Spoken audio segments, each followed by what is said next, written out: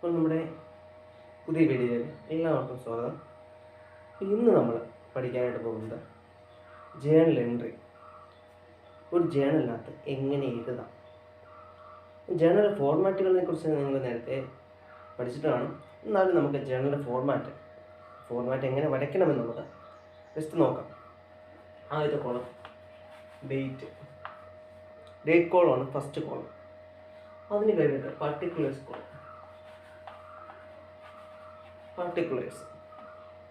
അത് കഴിഞ്ഞിട്ട് എല്ലാം ലെഡ്ജർ ഫോളി, പിന്നീട് ഡെബിറ്റ് എമൗണ്ട്, ക്രെഡിറ്റ് എമൗണ്ട്, ഇങ്ങനെ 5 കോളംസാണ് നമ്മുടെ ജേണലിനകത്തുള്ളത്. ജേണലിനകത്ത് നമുക്ക് എഴുതാനുള്ളത് 5 കോളംസാണുള്ളത്. ഒന്നാമതായിട്ട് ഡേറ്റ്, അടുത്ത പർട്ടിക്കുലേഴ്സ്, പിന്നീട് LF ലെഡ്ജർ ഫോളി, ലെഡ്ജറിൻ്റെ നമ്പർ എഴുതുന്നത് എത്രാമത്തെ ലെഡ്ജറിലോട്ടാണ്, അല്ലെങ്കിൽ ലെഡ്ജറിൻ്റെ നമ്പർ എത്രയാണ് അത് എഴുതുന്നതാണ് ledger folio. Debit amount, debit ചെയ്യേണ്ട എമൗണ്ട് എന്താണ്, പിന്നീട് അടുത്ത ക്രെഡിറ്റ് എമൗണ്ട്. ഇതാണ് ഒരു ജേണലിൻ്റെ ഫോർമാറ്റ്. നമുക്കതിന് ജസ്റ്റ് ഒരു ക്വസ്റ്റ്യൻ ചെയ്യാൻ വേണ്ടിയിട്ടാണ് നോക്കുന്നത്. ഇതിനകത്ത് +1 ക്വസ്റ്റ്യനകത്ത് ഇല്ലുസ്ട്രേഷൻ 2, തേർഡ് ചാപ്റ്ററിനകത്ത് ഇല്ലുസ്ട്രേഷൻ 2 64ാമത്തെ പേജിലാണ് കിടക്കുന്നത്. അതാണ് ചെയ്യാൻ പോകുന്നത്. ആ ഒരു ക്വസ്റ്റ്യൻ ചെയ്യാൻ പോകുന്നതാണ്. Transaction during the month of April 2017 as under എന്നാണ്. ഒരു ട്രയൽ ബാലൻസ് പോലെ, അല്ലെങ്കിൽ ഒരു വെറുതെ ഒരു എൻട്രീസ് മാത്രം തന്നില്ല. ട്രയൽ ബാലൻസ് അല്ല, ജസ്റ്റ് ഒരു എൻട്രീസ് മാത്രമാണ് അവിടെ തന്നേക്കുന്നത്. നമ്മൾ ജസ്റ്റ് അതിനകത്ത് ഈ ബുക്കിനകത്ത് എഴുതി വെക്കത്തില്ലോ, ഇത്ര രൂപയുടെ സാധനം മേടിച്ചു, അങ്ങനെയൊക്കെ മേടിച്ചു, അത് മാത്രം എഴുതി വെച്ചേക്കുന്ന ഒരു നോട്ട്. ആ ഒരു നോട്ടിൽ നിന്നാണ് നമ്മൾ ജേണൽ എൻട്രീസ് എഴുതുന്നത്. അപ്പോൾ ഇത് ഫസ്റ്റ് എൻട്രി കിടക്കുന്നത്.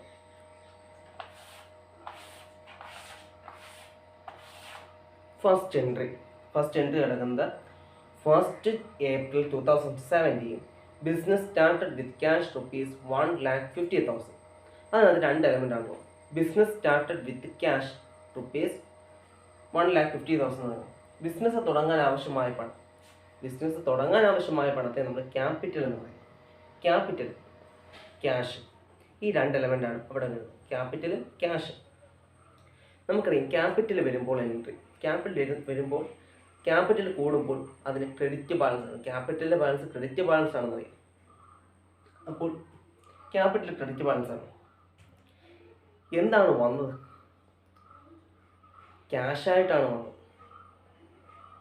ക്യാഷായിട്ടാണ് ബിസിനസ്സിലേക്ക് വന്നത്. നമ്മൾ റിയൽ അക്കൗണ്ട് പഠിക്കുന്നുണ്ട്. Debit what comes in, credit what goes out. എന്താണ് വന്നത്? ഡെബിറ്റ് ചെയ്യേണ്ടത് എന്താണ്? ക്യാഷായിട്ടാണ് വന്നത്. അപ്പോൾ ക്യാഷിനെ നമ്മൾ ഡെബിറ്റ് ചെയ്യണം. Cash account debtor by cash account debtor. ക്യാഷാണ് വന്നത്, ബൈ ക്യാഷ് അക്കൗണ്ട് ഡെറ്റർ. 2 എന്താണ്? ക്യാപിറ്റൽ കൂടുമ്പം ക്രെഡിറ്റ് ബാലൻസ് ആണ്. അതുകൊണ്ട് തന്നെ ക്യാപിറ്റൽ ബാലൻസ് ആയിട്ട് ക്രെഡിറ്റ്, ക്യാപിറ്റൽ അക്കൗണ്ട്.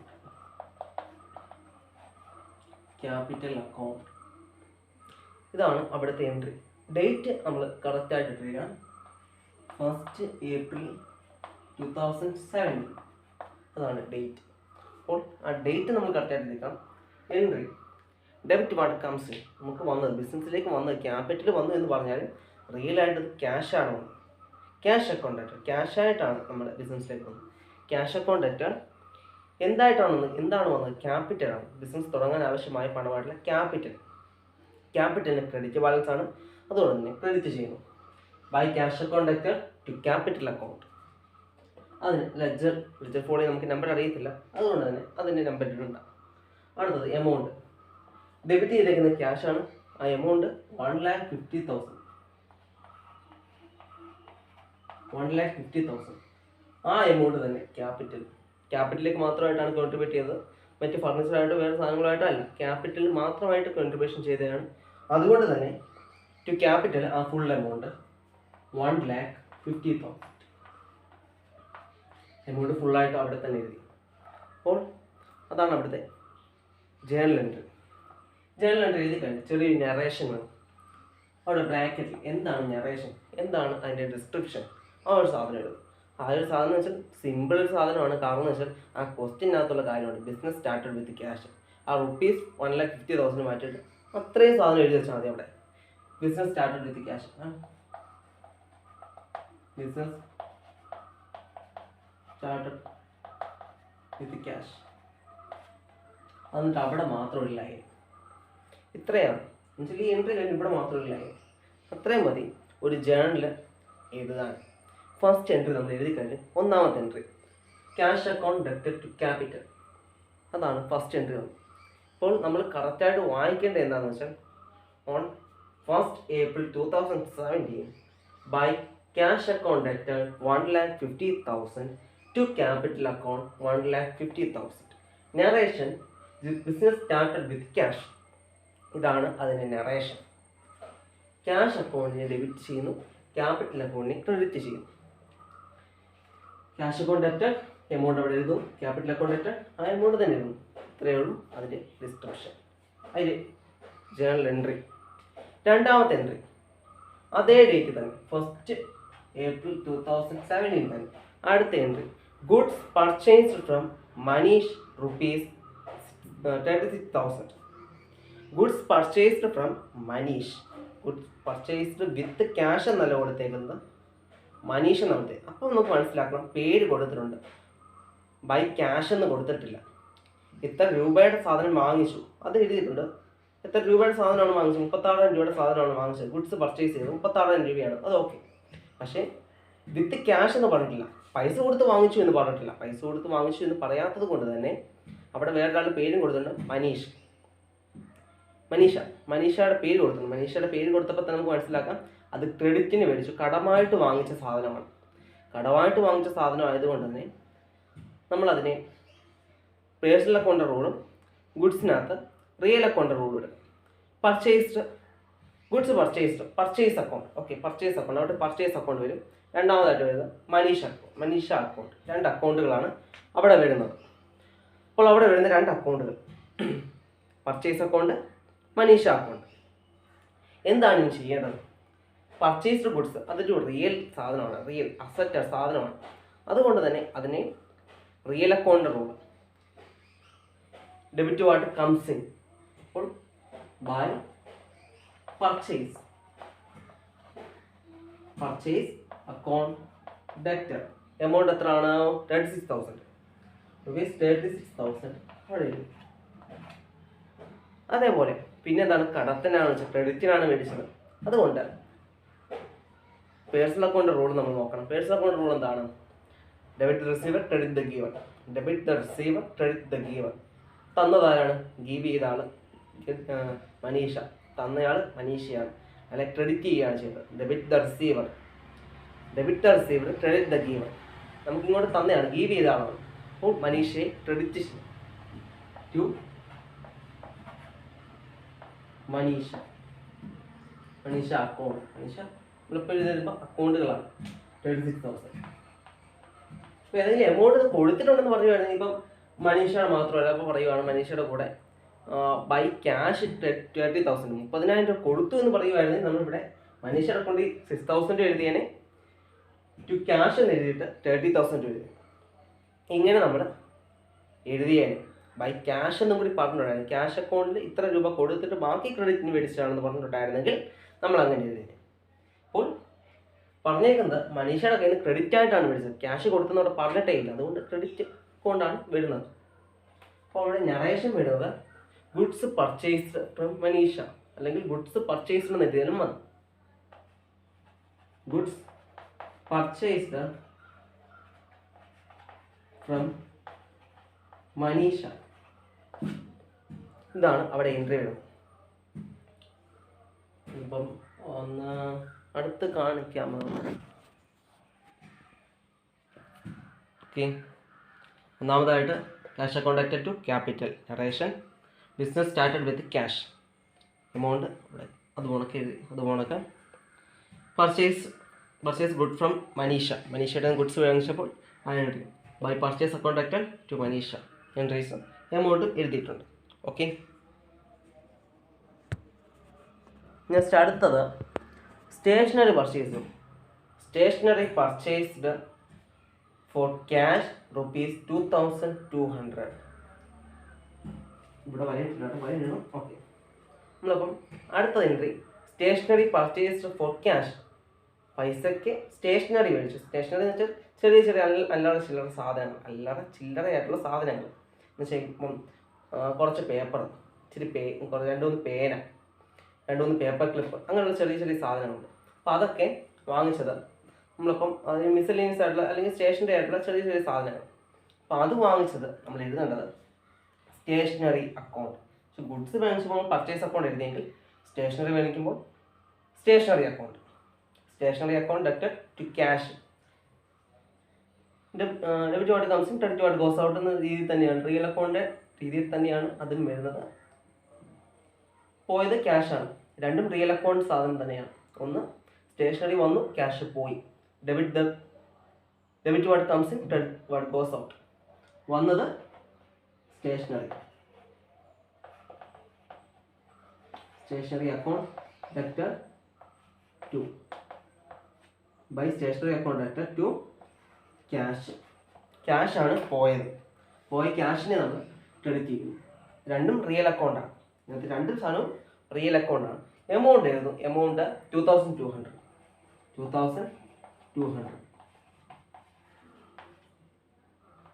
ഇപ്പോൾ അതിനകത്ത് വരുന്ന നെറേഷൻ ആ ക്വസ്റ്റിനകത്ത് എഴുതിയേക്കുന്ന തന്നെ സ്റ്റേഷനറി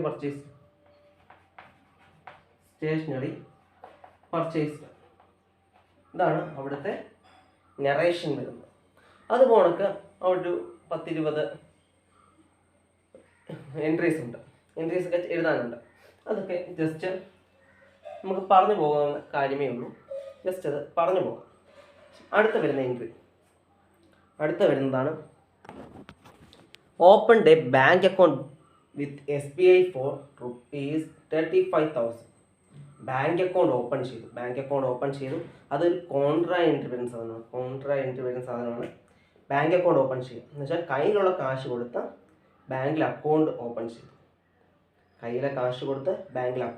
ചെയ്തു. അപ്പോൾ എന്താണ് പോയത്, എന്താണ് വന്നത്? അപ്പോൾ നമുക്ക് വന്നത് ബാങ്ക് അക്കൗണ്ടിൽ പൈസ വന്നു. 35,000 രൂപ ബാങ്ക് അക്കൗണ്ടിൽ വന്നു. ഓക്കെ. എന്താണ് കയ്യിൽ നിന്ന് പോയത്? ക്യാഷ് തന്നെയാണ് കയ്യിൽ പോയത്. അപ്പോൾ അവിടെ വരുന്ന എൻട്രി റിയൽ അക്കൗണ്ട് ആണ്.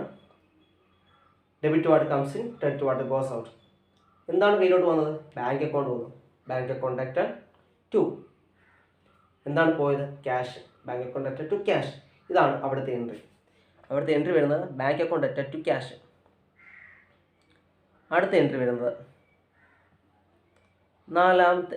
അഞ്ചാമത്തെ entry goods sold to Priya for ₹16,000. 16,000 രൂപയുടെ ഗുഡ്സ് പ്രിയയ്ക്ക് വിറ്റു. അപ്പോൾ ഫോർ ക്യാഷ് നമ്മൾ പറഞ്ഞിട്ടില്ല.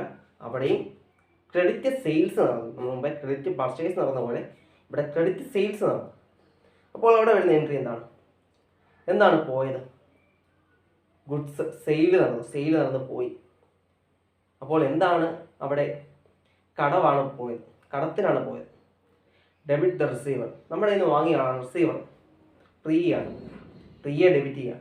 പ്രിയ അക്കൗണ്ട് ഡെബിറ്റഡ് ടു സെയിൽസ്. സാധാരണ ക്യാഷ് വരേണ്ട സ്ഥലത്ത് പ്രിയ വന്നു. അപ്പോൾ Priya account debited to sales. Amount 16,000. അടുത്തത് receive a cheque for ₹16,000 from പ്രിയയിൽ നിന്ന് 16,000 രൂപയുടെ ഒരു ചെക്ക് കിട്ടി. 16,000 രൂപയുടെ ഒരു ചെക്ക് പ്രിയയുടെ കയ്യിൽ നിന്ന് കിട്ടി. അതിന് വരുന്ന എൻട്രി ബാങ്കാണ് കിട്ടിയതെന്ന് വെച്ചാൽ മുമ്പേ cash account debited to sales വരേണ്ടടുത്ത് Priya account debited to sales വന്നു. അപ്പോൾ സെയിൽസ് നടന്നു. പ്രിയ അവിടെ നമ്മുടെ ഡെപ്റ്ററായി പ്രിയ. അപ്പോൾ പ്രിയ ചെക്ക് തന്നു. തരുമ്പോൾ പ്രിയയുടെ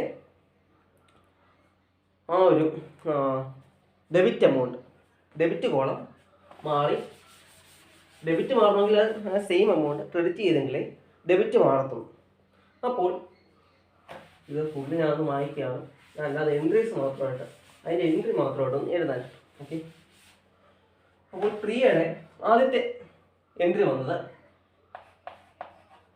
പ്രിയ അക്കൗണ്ട് ഡെബിറ്റഡ് ടു സെയിൽസ് നടന്ന പ്രിയ ഡെബിറ്റ് ചെയ്തു. കാരണം എന്ന് വെച്ചാൽ പ്രിയ റിസീവറാണ്, നമ്മുടെ ഡെപ്റ്ററായി മാറി. ക്യാഷ് വേണ്ടതിന് പകരം പ്രിയ നമ്മുടെ ഒരു നമ്മൾക്ക് കടം പൈസ തരേണ്ട ഒരാളായിട്ട് മാറി. നമ്മുടെ കയ്യിൽ നിന്ന് കടം മേടിച്ചുകൊണ്ട് പോയ ഒരാളായിട്ട് മാറി. പ്രിയ അവിടെ ഡെബിറ്റ് ചെയ്തു. പ്രിയ അപ്പോൾ ഒരു ചെക്ക് തന്നു.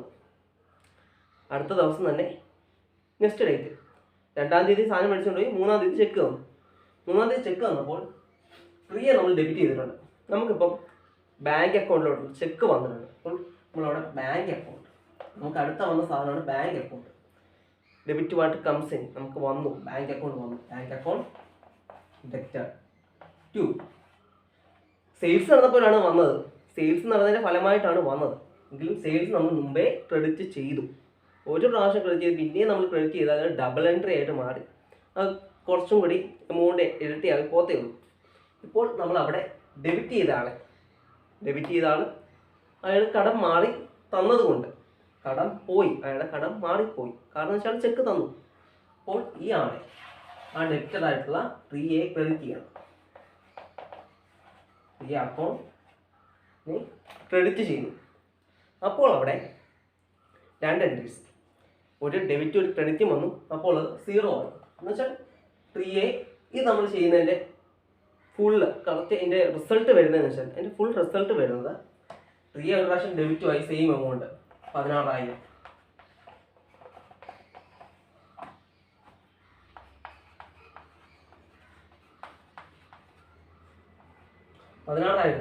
ഡെബിറ്റുമായി ക്രെഡിറ്റുമായി 2 പ്രാവശ്യം നടന്നു. അപ്പോൾ നടക്കാൻ പോകുന്നത് ഒരേ എമൗണ്ട് തന്നെയാണ്. അപ്പോൾ ഇവിടുത്തെ എമൗണ്ടും പോവും, ഇവിടുത്തെ എമൗണ്ടും പോവും. അങ്ങനെ റിസൾട്ടായിട്ട് വരുന്നത് എന്ന് വെച്ചാൽ നമ്മുടെ ബാലൻസ് ഷീറ്റ് വരാൻ പോകുന്നത് പ്രിയ അവിടെ വരുത്തതേ ഇല്ല. കാരണം എന്ന് വെച്ചാൽ ഒരു പ്രാവശ്യം ഡെബിറ്റ് പോയി, ഒരു പ്രാവശ്യം ക്രെഡിറ്റ് പോയി, ആ സെയിം എമൗണ്ട്. അതുകൊണ്ട് തന്നെ പ്രിയ അവിടെ വരുന്നതേ ഇല്ല. പിന്നീട് വരുന്നത് എന്തുവാണ്? അതിൻ്റെ ഫൈനൽ റിസൾട്ടായിട്ട് വരുന്നത് bank account debtor to sales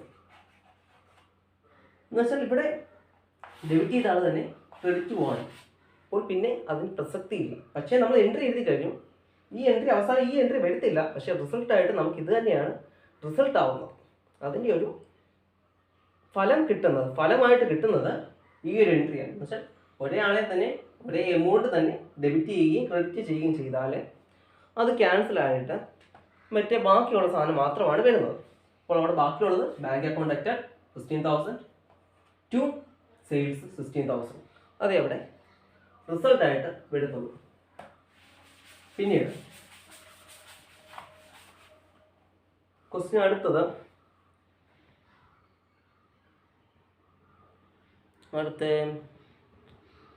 third received cheque from 16,000 from Priya. അത് കഴിഞ്ഞു. അടുത്തത് സോൾഡ് ഗുഡ്സ് ടു നിതിൻ ₹14,000. ഈ സെയിം എൻട്രി തന്നെ, പ്രിയയ്ക്ക് പകരം നിതിനാവുന്നത് മാത്രമേ ഉള്ളൂ.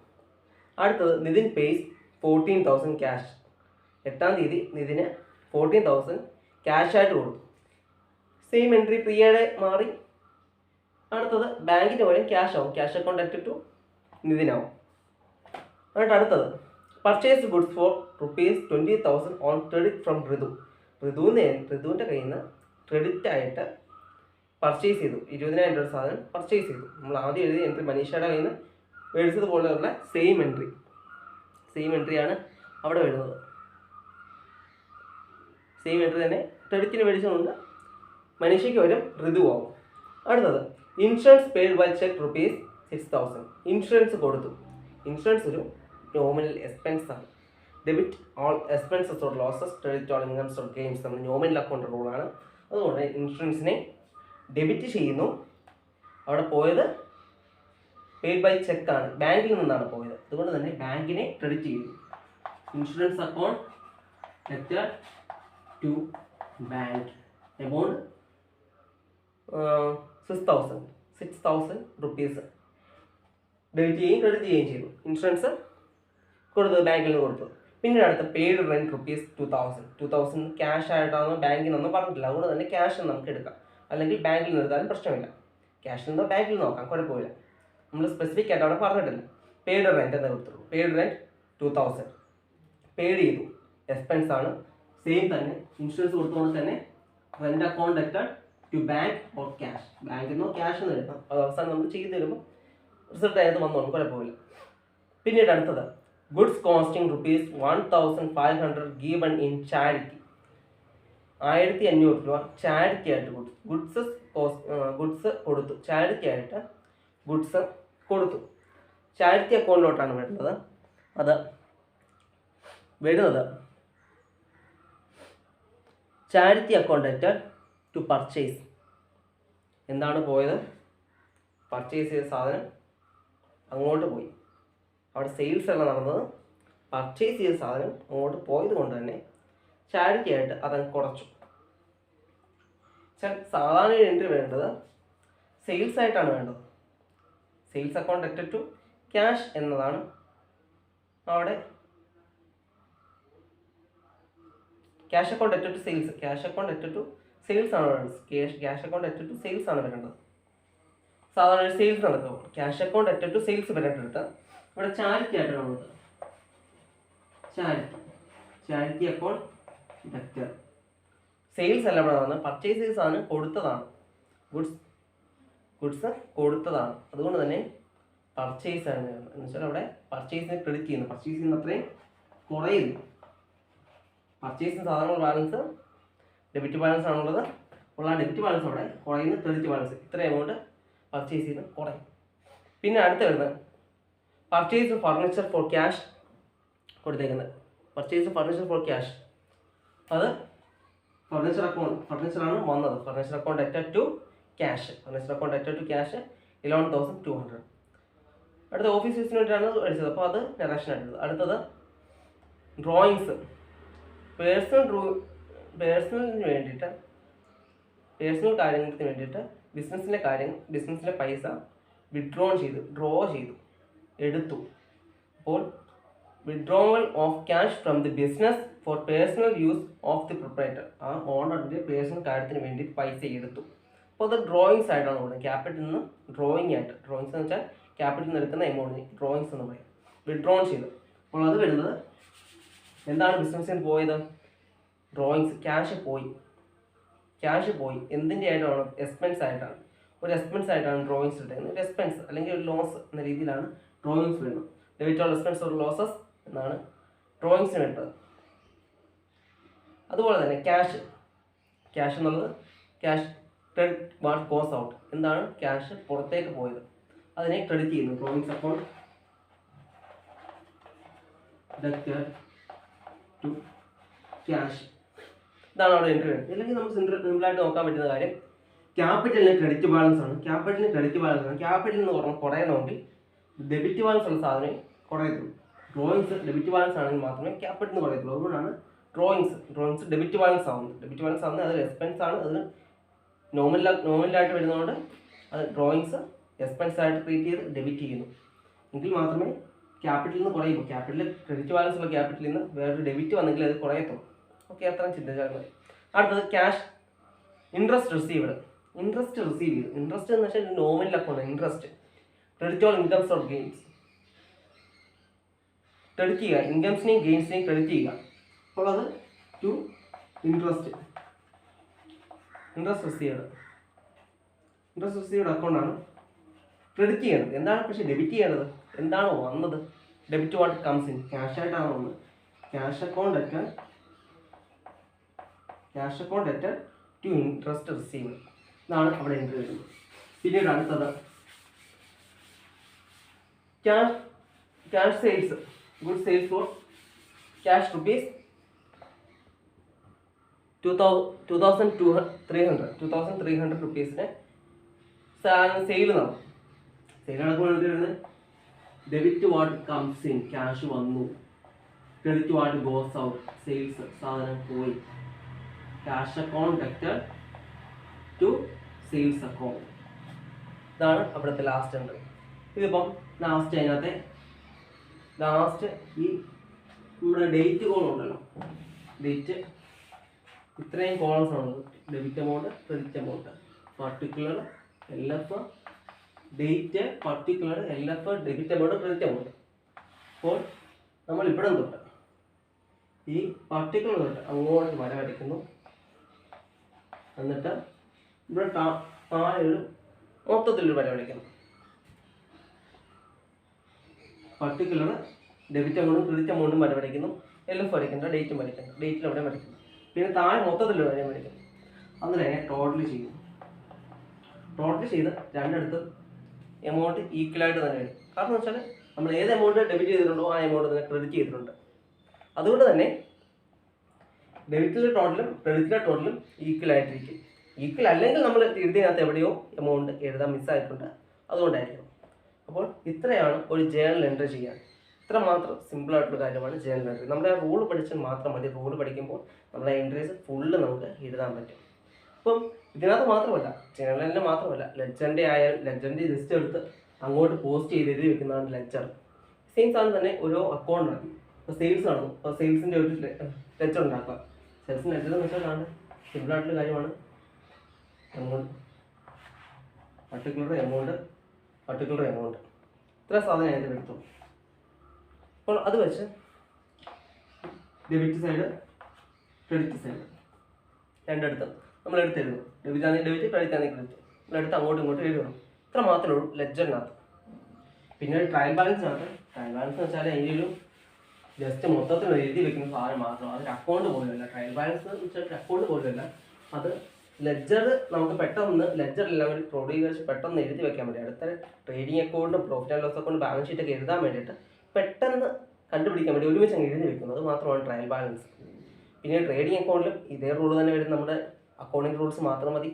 ബാലൻസ് ഷീറ്റിലും തന്നെ ഈ റൂൾസ് മാത്രമാണെങ്കിൽ നമുക്ക് മൊത്തം സാധനവും ബാലൻസ് ഷീറ്റ് ഇടുന്ന മൊത്തം സാധനവും എഴുതി വയ്ക്കാൻ പറ്റും. അതുകൊണ്ട് തന്നെ ബാക്കിയുള്ള എന്തെങ്കിലുമൊക്കെ അക്കൗണ്ടിങ് കാര്യങ്ങളൊക്കെ ഉണ്ടെങ്കിൽ നമുക്ക് പെട്ടെന്ന് എഴുതാൻ പറ്റുന്ന കാര്യമാണ് അക്കൗണ്ടിങ് റൂൾസ്. നമ്മുടെ കഴിഞ്ഞ വീഡിയോക്കകത്ത് ഉണ്ടായിരുന്നു അക്കൗണ്ടിങ് റൂൾസ്. അത് മൊത്തം ഒന്ന് പഠിച്ചിരുന്നാൽ മാത്രം മതി. അത് സിമ്പിളാണ്. അക്കൗണ്ടിങ് റൂൾസ് മാത്രം പഠിച്ചാൽ നമുക്ക് മൊത്തം അക്കൗണ്ടൻസി ഏറ്റവും സിമ്പിളായിട്ട് പഠിക്കാൻ പറ്റും. Okay, by.